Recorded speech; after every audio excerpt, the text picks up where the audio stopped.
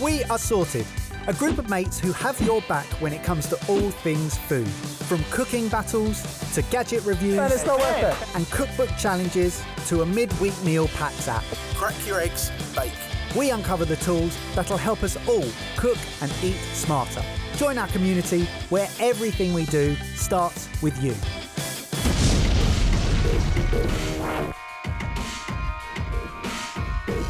Hello and welcome to Sorted. Today we're teaming up with Heinz again to challenge our normals to an ultimate store cupboard battle.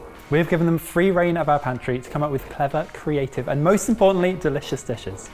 One by one, we will give them 30 minutes to pull this off, but first let's see what they're making. I know what you're thinking. Give Jamie a choice of Heinz sauces and he's bound to pick the classic barbecue sauce. And you'd be right. But that is where the stereotype ends, because I am stepping outside of the box and outside of my comfort zone and making a Japanese street food dish, okonomiyaki. A barbecue sauce infused pancake batter made with fresh and store cupboard ingredients, finished off with barbecue sauce and mayo that's been spiked with miso. Oh, and there's bacon, because, you know, it's me. I'm going to prove that store cupboard ingredients can be both fresh and exciting. I'm taking a British classic and pairing it with American modern. Think Mary Poppins meets Tony Stark. I'm making a prawn cocktail corn dog. Now, I had a lot of fun going through James's pantry, and I did the obvious and honed in on the ingredients that I use regularly at home. I cook a lot of fried chicken and a lot of East Asian inspired cuisine. So I'm going to try and combine those two to create a store cupboard spin on Korean fried sweet and sour chicken. And if I lose to Mr. Mono Flavour and Captain Polymath, I'm going to be furious. Well, they all sound great. They've got 30 minutes on the clock and it starts in 3, 2, 1. Store cupboard! First thing I need to do is create a marinade, and that is buttermilk,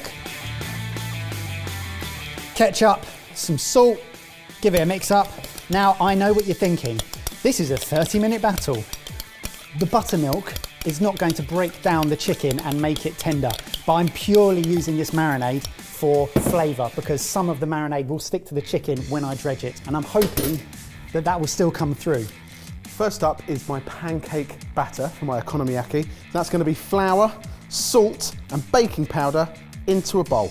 And then into dry is going to go wet, which is my eggs and my milk. I like that you're incorporating it with the eggs and then you're going to add the milk. Because I want a smooth pancake batter. One of the best meals we had in Japan, which never made it to camera because it was essentially our wrap party, was when we went to that okonomiyaki bar. Excellent. Which means that the last time we all had okonomiyaki was cooked by experts in front of us. Okay, to start off with, going to preheat my griddle pan. Then I'm going to focus on my batter. Sweet corn, milk, egg and mayonnaise into a blender. As store cupboard ingredients go, tinned sweet corn has got to be one of my favourites. It's sweeter, and in my opinion, in some cases, it's more delicious than the fresh stuff. 4 generous 1, squirts. 2, 3, 4. Give that a quick blend. Cool, that just needs a few seconds. And now I can mix my dry stuff, flour, cornmeal, baking powder, and a pinch of salt. Combine. So I like the idea of corn in your liquid as well as the cornmeal. Why the mayonnaise? Well, mayonnaise, it's oil and eggs, and that works really well in the batter. So it's a kind of a good cheat in this, really. You want to mix this up to a smooth batter. Oh, as you mix it, it starts to foam and bubble. I guess that's the baking powder doing its job. So I've got some chicken thighs here, and I'm just going to chop those each into 4 pieces. Chicken pieces into the marinade. Okay, handled chicken, I'm going to wash my hands. Let's do some sticky rice. So I have some short grain rice and I have some water, and that is going into a pan. Lid on. I should have put some ginger in my marinade. Oh no! We're just going to have to commit. So this is about 25 grams. It's going in, and I'm hoping that that sort of just really kicks through with the rest of the flavours in the marinade. Pancake batter done, but I'm going to infuse it with some barbecue sauce. Is that tradish? It is not tradish. This is my own twist. That is going to add a really nice tang to the pancake element of this. That can go to one side. And now comes the pressurey bit of can I finally slice my cabbage thin enough that it will cook in the time that I have. Like a good homemade coleslaw, fine cabbage is important. Cabbage, finely shredded. Now, onto my spring onions. Don't get bored, don't get bored, don't get bored. Don't get bored, don't get bored. Oh, you're so right, because the temptations just go, yep, yep, yep, yep. It's all going in. Let's peel some ginger. I quite like the fact you can have little julienne of ginger. Julienne style. Which you'll Ben. kind of bite through. Ginger into my batter. God, look how well that's sliced.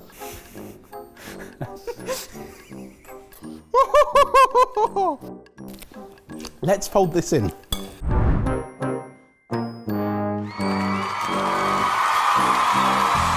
A key part of a prawn cocktail is the Mary Rose sauce. It's actually the first sauce I ever learned to make at home because it's really simple.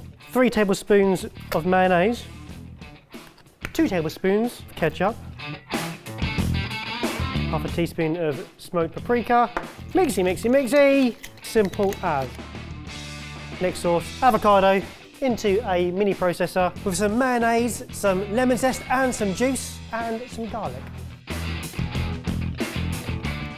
Lovely. Right, give that a blitz. Let's see what happens. Right, time check.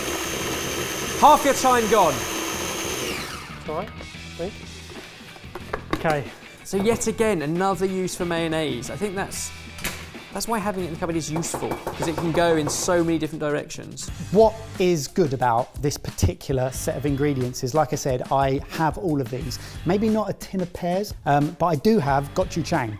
And I know that may not be in a lot of people's store cupboards, but according to our book, CBA 2, it's one of our suggested store cupboard ingredients because you can literally chuck it into anything. It keeps forever and it makes it taste sweet, chilly and smoky, and it's delicious. Rice! Oh, hello! You might have noticed that my rice is boiled. Stop that. Stop it. Brought it down to a simmer. It's going to simmer for 10 minutes. I'm going to set a timer so I remind myself. Shh, shh, shh, shh. Sweet and sour sticky sauce. Rice. Oh, what is your problem? I'm going to put that on there. Right, sweet and sticky sour sauce. Ketchup. About 3 tablespoons. The really cool thing about this is I'm going to use the juice from my tin of pears. So that all goes in there. Also in here goes my gochujang paste. Got some more ginger. What I quite like with something like ketchup is that it's already kind of plays that seasoning triangle. It is sweet, it is salty, it has got the acidity, and therefore it's super versatile in loads of things. And as a base here, clever. I'm now grating some garlic, 1 of 4 cloves. In 5 minutes. What is your problem? Why are you against me? It's now not simmering. Simmer! That's going to go on there. I'm just going to double check that I haven't missed something else. Vinegar. Yeah. This is cider vinegar. Anything else you're adding in there? I do want fish sauce, but I don't think that goes in yet. Fish sauce goes in now. Now that's going over a medium heat, I just want to reduce that down by about 2/3. Next up, let's get some oil into the pan. We're going to fry off our bacon on one side, then flip it so it starts to cook on the other side, at which point the pancake batter goes on top of the bacon and cooks in and around the bacon. It's like an upside down pancake with bacon as the upside down bit. What I should probably do is take my bean sprouts and put them through the pancake batter as well. I think you only put 2 rashers of bacon in. Yes. Doesn't seem very Jamie. I'm not the one judging this, you two are, and I know how you feel about excessiveness. The other thing about turning prawns into hot dogs is hot dogs are what? Sausage shaped. These are definitely not that. Apparently, if I just cut down the middle of it here, I can start cutting its tendons to allow it to lie flat. So now I've got to run a skewer down the centre of the prawn, hoping it doesn't poke out the sides. Right, and cover your prawns. Right, this is weird. Okay, now just to lower these down. Looking good. So I think what's interesting is before we saw so many creative uses of mayonnaise. It was in ice cream, in cookies with Barry, it was in mash, it was in all sorts of different things. This time he's gone for a batter and actually 2 mayonnaise heavy sauces, but both quite vibrant and striking. I have corn flour and plain flour with some salt. Season that generously because we really want that to come through. And I'm just going to give that a mix up with my hands. You've had 18 minutes. Done. Okay, going to shake off some of the excess buttermilk. That goes in and that gets tossed together in there. Oh, it's time for my sushi rice to come off the heat. You ever played Twister, James? What's the problem? They're looking good, they're looking good. Okay, these now have to cook right this second. Now they will fry for about 7 minutes, but I will check them. Your chicken's gone in and you've got 22 minutes gone. Just 8 minutes remaining. For my miso mayo, I'm going to get some mayo and I'm going to mix it with miso paste. Here we go, boys. This is the moment. Flip, bacon. Oh, yes, look at that. Half of that? Half of it, hands again. Is it half of that? Oh my goodness. This is good to go. This is going in. Right. I'm not working! Oh no, it's stuck. We have 2. They stuck to the bottom of the cage a little bit, so they're broken. Well, you know what? I kind of like a bit of pink showing through. It's nice. Fun fact for you, James. How long has Heinz been a store cupboard staple? 50 years. 150 years. Whoa. The people have been relying on it in their cupboards. 150 years? Over 150, James. Now this is where it gets clever. You've used the juice and now you're using the fruit. Yeah, I'm going to put the white bits from my spring onions and the pears, I'm just going to dice up and put those through my sticky rice. And I want, you know, decent chunks so that you can actually see it, because I also think it looks really cool. 6 minutes remaining. Why not toast some sesame seeds? Because I've got nothing else to do. I'll keep some back in case I burn those. I've got to go for it. I've got to go for it. Oh, boys. And the bacon looks great. Yes! Let's help the cabbage cook with a lid. Corn is charring and burning nicely.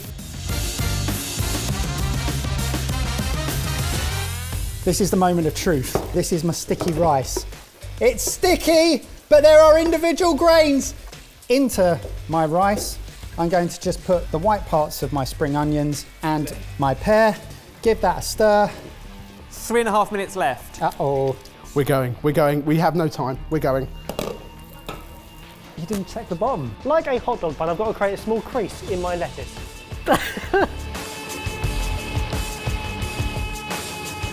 I've had a change of mind with the plating. I'm going to go. Oh. Better. Come on, mate, you haven't got time. 90 seconds. Wow, that chicken looks good. That chicken does look good. Chicken straight in there. Barbecue sauce. 30 seconds remaining.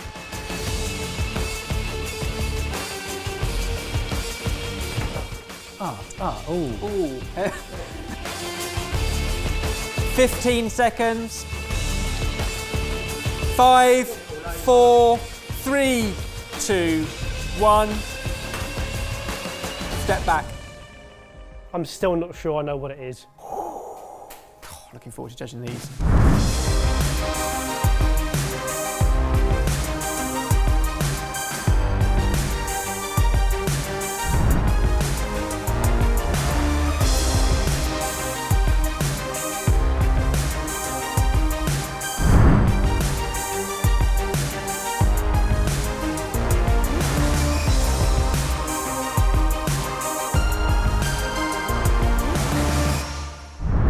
Are you as impressed as I am? Yeah, the fact that they got these done in half an hour is quite impressive. Right, let's start with that one.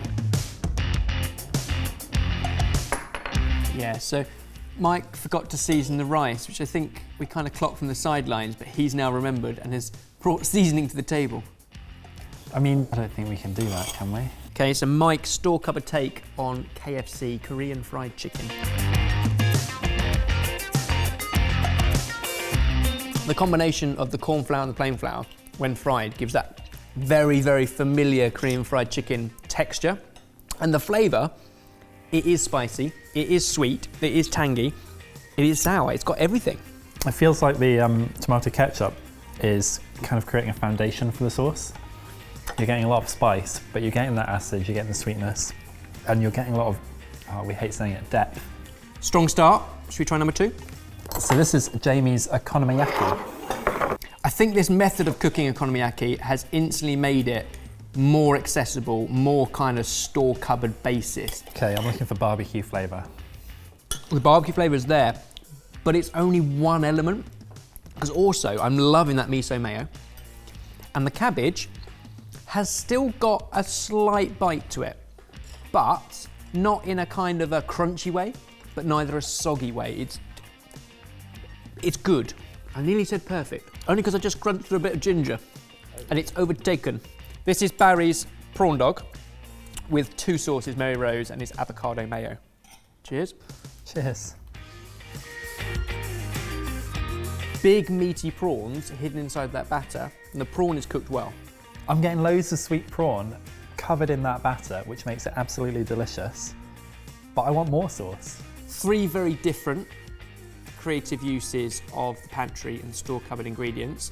The question is, who takes our win? We're going to scribble it down. Now the winner is written on a piece of paper under here. Mike, do the honours. There isn't even a dear normals. Nothing. This is just rude. For creative use of store cupboard ingredients and taking a classic Heinz sauce to an unexpected place, our winner is Jamie. Oh! Yes! Oh, wow! I can't argue. I've never seen anything like that before, cooked from store cupboard ingredients. It was really clever. Do an outro.